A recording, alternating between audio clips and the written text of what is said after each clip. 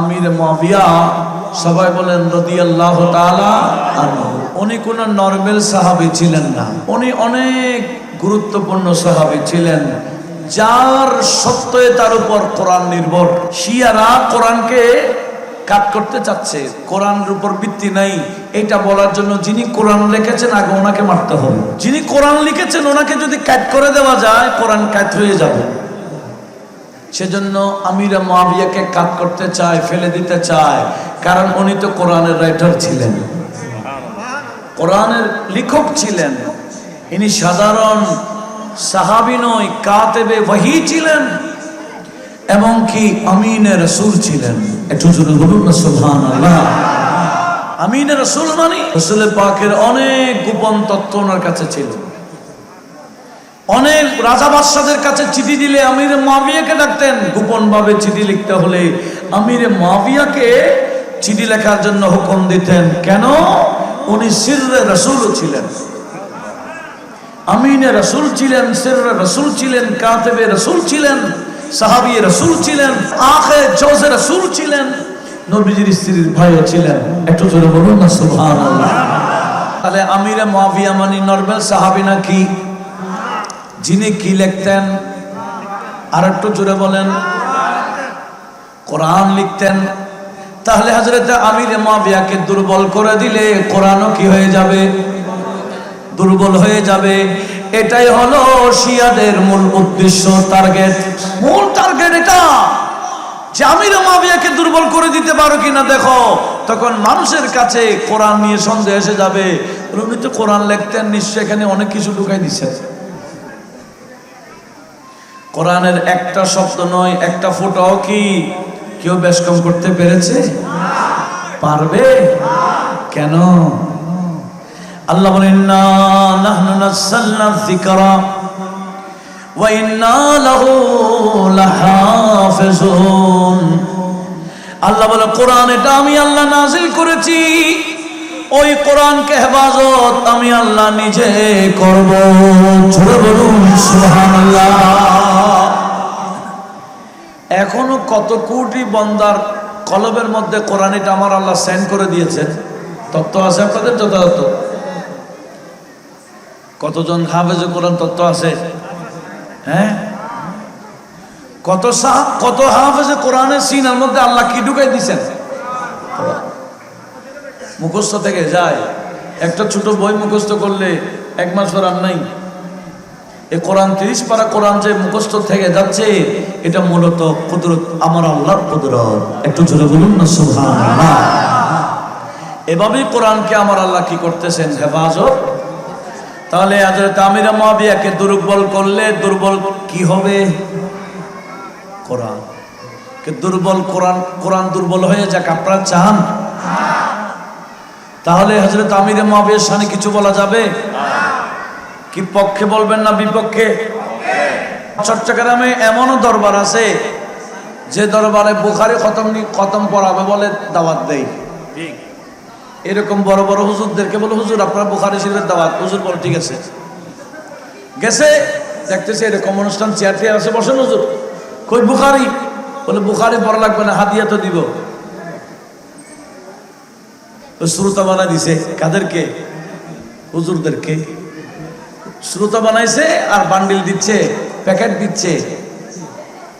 হুজুরা বসে আছে, ছবি নিল, দেখো আমরা কত বড় বড় সুন্নি আলেমদেরকে এনে ফেলেছি, এই টাকা বস্তা দাও। আসতেছে বস্তা। একটু জোরে বলুন না নাউজুবিল্লাহ। এই বস্তা আসে কোত্থেকে? ইরান থেকে। বলেন না কোত্থেকে? কি আপনারা নারাজ হচ্ছেন? কষ্ট পাচ্ছেন? লক্ষ্য করুন হযরত আমিরে মুআবিয়ার ব্যাপারে কি বলবো। একটা হাদিস শুনলে বুঝবেন, হাদিসটা বুখারী শরীফের। একটা হাদিসের মধ্যে যেটার নাম হাদিসে কুস্তুনতুনিয়া, এটা বললে আমিরে মুআবিয়া কে উনিও চিনবেন, ইয়াজিদ কে এটাও চিনে ফেলবেন একটা হাদিস দিয়ে। হাদিসটা বুখারী শরীফের 409 এবং 10 নম্বর পৃষ্ঠা মিলে আছে, মূল বুখারী শরীফের। আর নাম্বারিং হিসেবে ধরলে 2924 নম্বর হাদিস। মনে থাকবে ইনশাআল্লাহ। একটু লক্ষ্য করি, নবীজির এক সাহাবিয়া ছিলেন, মহিলা সাহাবিয়া, হযরত আনাস বিন মালিকের খালাম্মা। ওনার নাম উম্মে হারাম বিনতে মিলহান। উম্মে হারাম, উনি প্রায় সময় আমার নবীকে দুপুরবেলা দাওয়াত দিতেন খাবারের। কেন? ওনার উদ্দেশ্য ছিল, উদ্দেশ্য কি জানেন? উনি জানতেন নবীজির একটা সুন্নতে মুবারাকা, দুপুরে নবীজি খেয়ে আরাম করবেন, ঘুমাবেন। আর আমার নবীজি ঘুমাইলে শরীর থেকে ব্যাপকভাবে ঘাম ঝরতো। একটু জোরে বলুন না সুবহানাল্লাহ। আর উনিও কি করে রাখতেন? তখন তো এরকম লবার ক্লথ এগুলো ছিল না, চামড়ার বিছানা ছিল। কিসের? কাপড়ের বিছানা দিতেন না, চামড়ার বিছানা বিছাই দিতেন। কেন? সেখানে নবীজি ঘুমায় গেলে ঘাম পড়বে, কাপড়ের বিছানা হলে ঘামগুলা টেনে ফেলবে, আর চামড়ার বিছানা হলে ঘামগুলা টানবে না। উনি এরকম ঝুঁকে করে একটু ঢালু করে দিতেন, যাতে নবীজির ঘামগুলো পড়ে একদিকে চলে যায়। জোরে বলুন সুবহানাল্লাহ। ওনার উদ্দেশ্য হলো নবীজির ঘাম মোবারক নিবে। সুবহানাল্লাহ বলবেন না? মুত্তাফাক আলাইহি হাদিস, বুখারী এবং মুসলিমের মিশকাত 517 নম্বর হাদিস, পৃষ্ঠার হাদিস। একদিন এরকম উনি খাটের নিচে এরকম শিশি ধরে বসে আছে। কি ধরে? শিশি বুঝেন তো, বোতলেরই। কেন? গামগুলা নিচ্ছে যে। নবীজি চোখ খুললেন, চোখ খোলার পরে বলেন, মা লাকা ইয়া উম্মে হারাম, এই উম্মে হারাম তোমার কি হলো? তুমি কি করছো এখানে? বলে, ইরকুকা ইয়া রাসূলুল্লাহ, হুজুর আপনার ঘাম মোবারক নিচ্ছি। আতিয়াবুম মিনাত তিব, আপনার ঘামগুলো দুনিয়াতে যত সুগন্ধি আছে সবচেয়ে বেশি সুগন্ধি আপনি নবীর ঘাম মোবারক। নারে তাকবীর, নারে রিসালাত, ইয়া রাসূলুল্লাহ, নারে গাউসিয়া, আহলে সুন্নাত ওয়াল জামাত, জিন্দাবাদ। শুহাদায়ে কারবালা। এক কবি বলে, ভাই তোমরা ফুলের সুগন্ধি পেয়েছো, নবীর ঘাম তো দেখো নাই। फूलों की खुशबुओं की मिदहती करने वालों,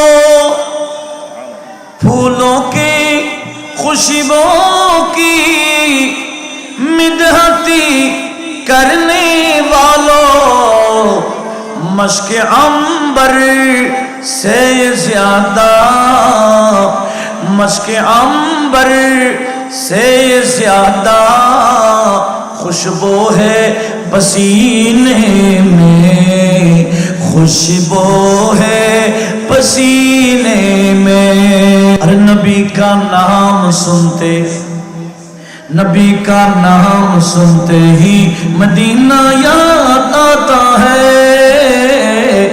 नबी का नाम सुनते, नबी का नाम सुनते ही मदीना याद आता है।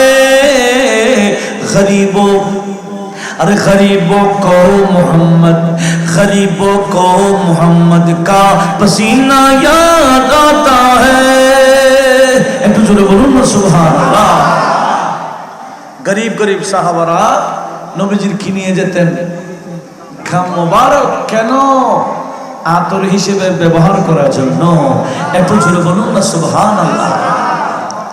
তো কি বলতে চেয়েছিলাম, হযরতে উম্মে হারাম বিনতে মিলহান প্রায় সময় দুপুর বেলায় দাওয়াত দিতেন নবীজিকে।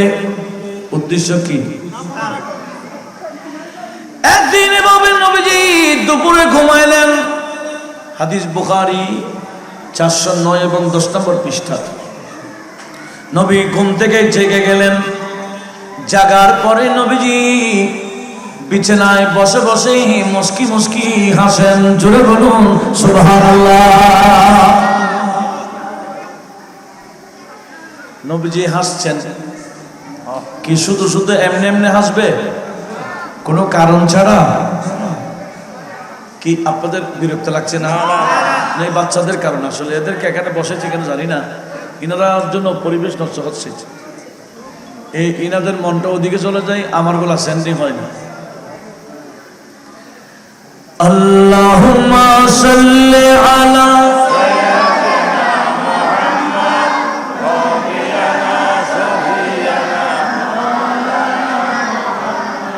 क्या करूं तारीफ सरदारे जहां की शान की, हजरत जिब्रील आमी है जब के दरबाने रसूल। अल्लाहुम्मा जुरे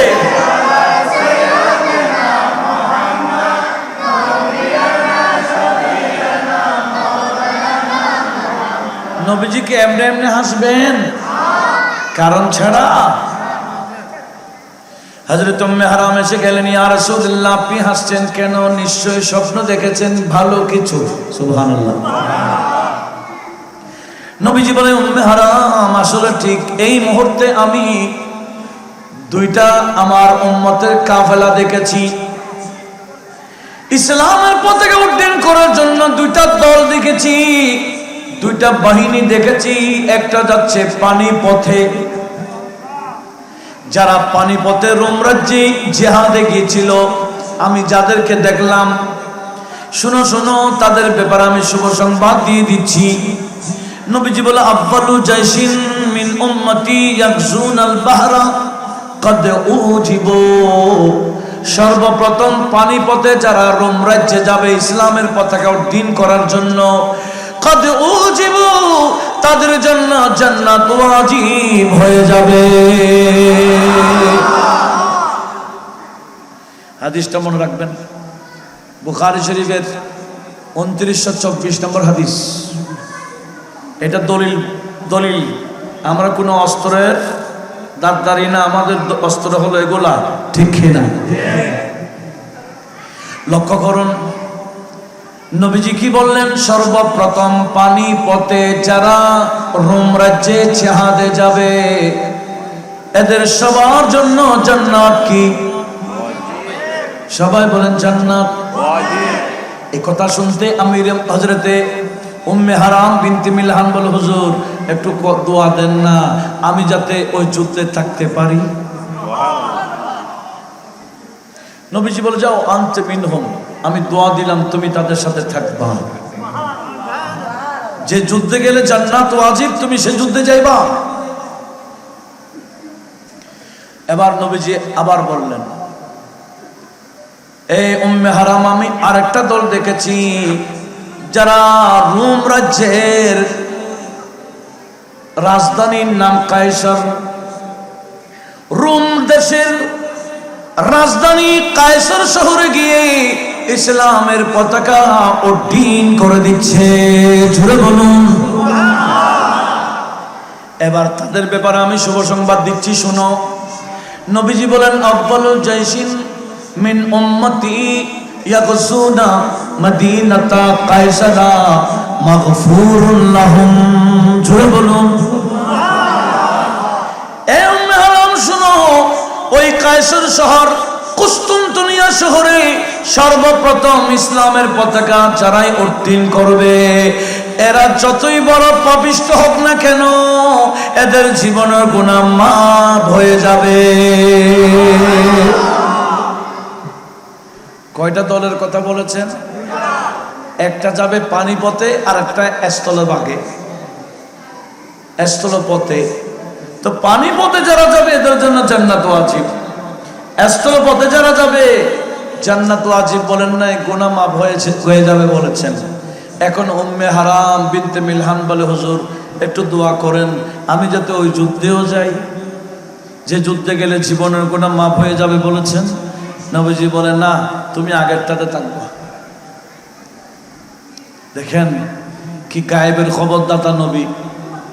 কারণ নবীজি জানতেন ওই যে কায়সার শহরে যখন যুদ্ধে যাবে মুসলমানরা, ততদিন উম্মে হারাম বিনতে মিলহান বেঁচে থাকবে না।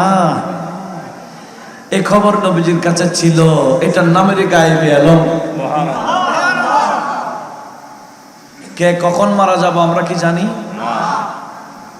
কেউ ডাকা গিয়ে মারা যায়, কেউ বিদেশ গিয়েছে মাত্র কয়েকদিনের ভিতরে মারা গেছে, সে বিদেশে যাওয়ার পর মারা যাবে এই খবর যদি সে জানতো,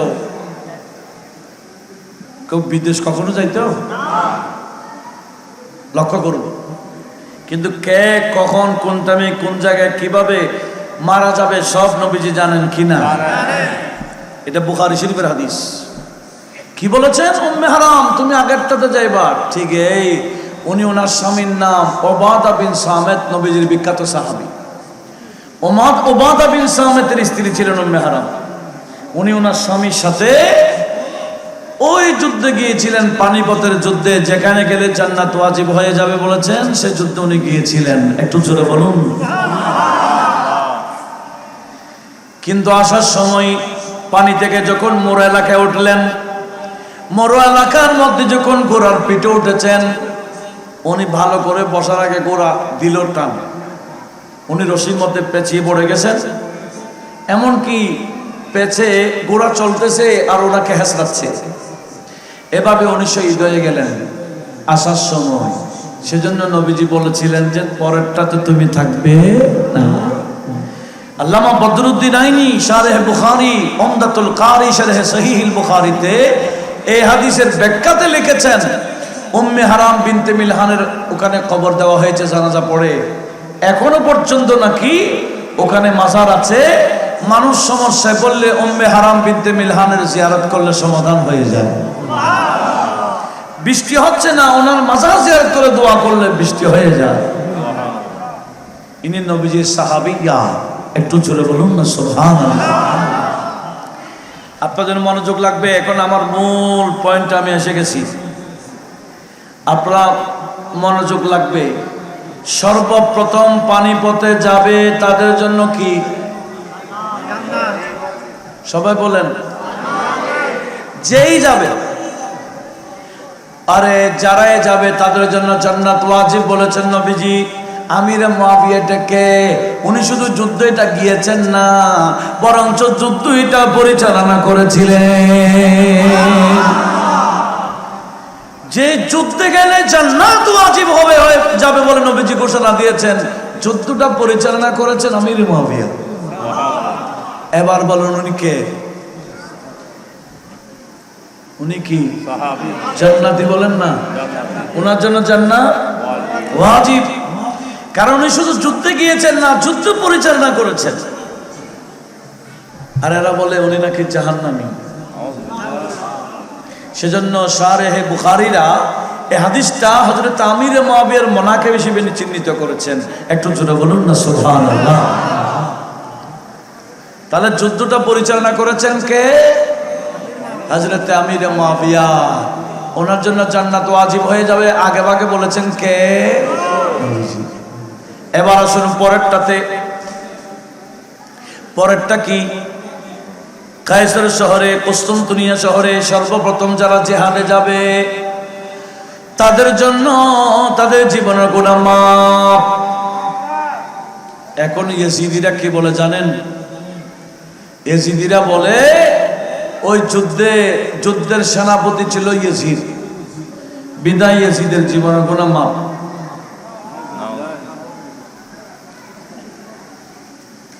এখন বর্তমান এসিডি ডক্টর কতগুলো আছে না?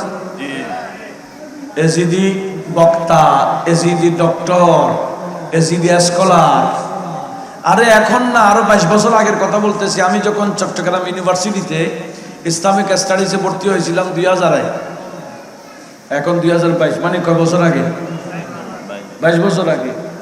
তখন আমাদের ক্লাসে এক ডক্টর স্যার, নাম বললে এখানে দাঁড়ানো হচ্ছে, আমি নাম বলতেছি না কারণ এখানে কি হয়, ধারণ হচ্ছে, লাইভ দেখাচ্ছে। আমাদের ক্লাসে বলা হয়েছিল, ও ডক্টর সাহেব বলেছিলেন, দেখিও ইয়াজিদের বিরুদ্ধে তোমরা উল্টা সিধা বলিও না, ইয়াজিদের জীবনের গুনাহ মাফ হয়ে গেছে বলে বুখারীতে হাদিস আছে। আমরা জানলে আলেম পাশ করে, ইন্টার পাশ করে গেছি মাত্র, জানলে আর কত জানি। আমরা বললাম স্যার ছোটবেলা থেকে শুনে আসছি ইয়াজিদের উপর লানত, আপনি এটা কি বললেন? বলে না বুখারী শরীফে হাদিস আছে, এই বুখারীতে হাদিস আছে, যখন বলেছে আমরা তো লাজবাব হয়ে গেছি, কারণ বুখারীতে আমরা তখন পড়িনি।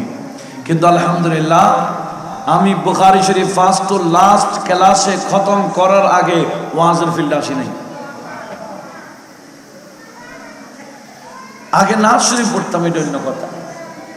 ছাত্র জীবনে বসারা মাহফিলে শরীক হইতাম, তখন তো এতগুলো শায়ের শোয়ারা ছিল না। তো বুখারী শরীফ ফার্স্ট টু লাস্ট ক্লাসে খতম করা ছাড়া আমি গুনাহগারের কাছে আলাদা বুখারীর তালখিস আছে আহলে সুন্নাহ ওয়াল জামাতের। ইনশাআল্লাহ আমি অধম, যতই আকীদার প্রশ্ন করুক না কেন, আমি ইনশাআল্লাহ বুখারীর থেকেই দলিল দিতে পারবো। শুধু আমার সামনে 30 পারা কোরআন, 30 পারা বুখারী, এই দুটো দিলে হবে, আর কিছু লাগবে না ইনশাআল্লাহ। এই 30 পারা দুটো দিলে হবে। আহলে সুন্নাহ ওয়াল জামাতের আকায়েদ গুলো এই দুইটা থেকে ইনশাআল্লাহ প্রমাণ হয়ে যাবে। একটু জোরে বলুন না সুবহানাল্লাহ। এই দুইটার চেয়ে বেশি শক্তিশালী কিতাব আল্লাহর জমিন আর আছে নাকি? একটার নাম আর একটার নাম, দুটোটা কি? 30 পারা। একটু জোরে বলুন না সুবহানাল্লাহ। আসুন, আমি কি বলতে চেয়েছিলাম, এই যে আমাদের ওই স্যার বলেছিল ইয়াজিদের জীবনে গুনাহ কি হয়ে গেছে। এই বুখারী শরীফের হাদিস, এটা আমি আপনাদেরকে শোনাচ্ছি এখন। এবার আপনারা মন দিয়ে শুনেন। বিভিন্ন ইউটিউব খুললে দেখবেন ইয়াজিদি স্কলাররা এই হাদিসটা উপস্থাপন করতেছে। আপনাদেরকে দলিল উপস্থাপন করতে হবে, দলিল খণ্ডাইতে হবে, মন দিয়ে শুনতে হবে। হাদিসটা কি? যারাই কুস্তুনতুনিয়াতে যাবে, সর্বপ্রথম কায়সার শহরে যাবে, তাদের জীবনের গুনাহ মাফ। হাদিসের মধ্যে ইয়াজিদের কথা আছে কি? ব্যাখ্যাতে আছে। এখন ব্যাখ্যাতে কি ইয়াজিদ আছে কিনা একটু শুনেন। এরা বলে ওই যুদ্ধটা পরিচালনা করেছেন, সেনাপতি ছিলেন ইয়াজিদ। এটা সম্পূর্ণ ভুল তত্ত্ব। কি তত্ত্ব? সঠিক কোনটা? একেবারে ইতিহাসের যত কিতাব দেখবেন, তাবকাত ইবনে সাদ দেখুন, এগুলো ইমাম বুখারীর আগের। ইমাম ইসহাকের তারিখ দেখুন, তারিখ ইবনে কামিল দেখুন, ইবনে আসির দেখুন, ইবনে কাসির দেখুন, আল বিদায়া ওয়ান নিহায়া, তারিখ ইবনে খালদুন দেখুন, যত আরবি তারিখের কিতাব আছে সব খুললে এই বিষয়টা পাওয়া যাচ্ছে। এই যে আমার নবীজি বলেছেন কায়সার শহরে, কুস্তুনতুনিয়া শহরে সর্বপ্রথম যারা যাবেন তাদের জীবনের গুনাহ মাফ। এই দলটা আমিরে মুআবিয়া রেডি করেছেন 50 হিজরি সনে। কত হিজরি? আর কারবালা যুদ্ধ হয়েছিল 60 হিজরির পরপর, 61 হিজরি শুরু। কত হিজরি? আর কারবালা যুদ্ধের আরো 10 বছর আগের কথা। কুস্তুনতুনিয়া যুদ্ধ ক বছর আগে?